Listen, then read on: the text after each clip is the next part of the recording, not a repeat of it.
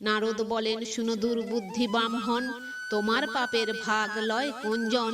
তব পাপ ভাগী যদি হয় পিতা মাতা, তবে তো আমারে বধ করহ সর্বথা।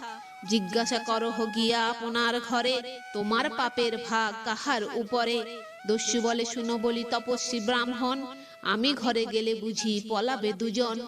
নারদ বলেন, রাখো গাছেতে বাঁধিয়া, পাপ ভাগীকে বা হয় আইসো জানিয়া। তবে দস্যু দুইজনে করিল বন্ধন, গাছেতে বাঁধিয়া ঘরে করিল গমন।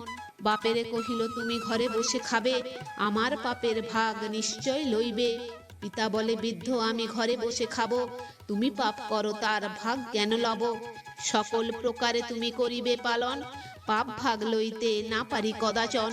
বাপের শুনিল যদি নিষ্ঠুর বচন, তবে গিয়া করিল সে মাতৃদর্শন। দস্যু বলে, শুনো মাতা করি নিবেদন, মানুষ মারিয়া করি উদর